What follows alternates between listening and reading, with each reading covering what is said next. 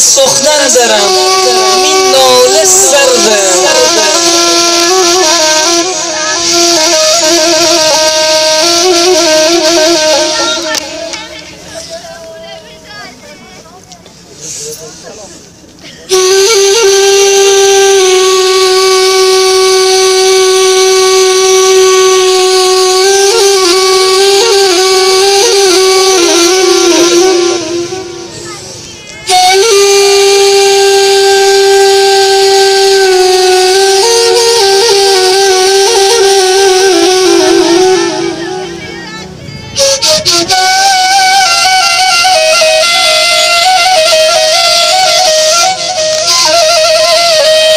بگو مادر مهربانه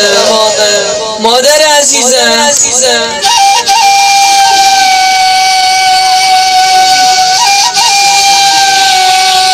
مامان خیلی دلم برات تنگ شده مادر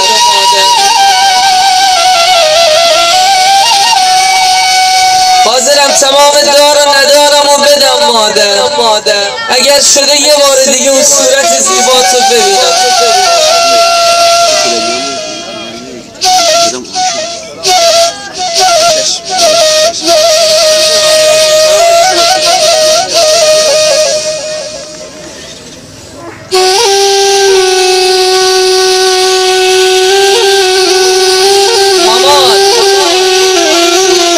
خبر داری امروز حسین حمیدت اومدن مادر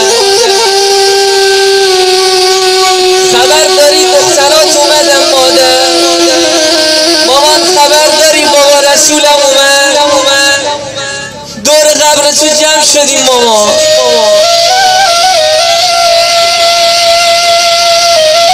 میگیم اگه تا قیامتم بگذره ما تو رو از یاد نمیبریم مادر مهربانه چی مهربانی که مرا یاده دوری تو هیچ مرا باور نیما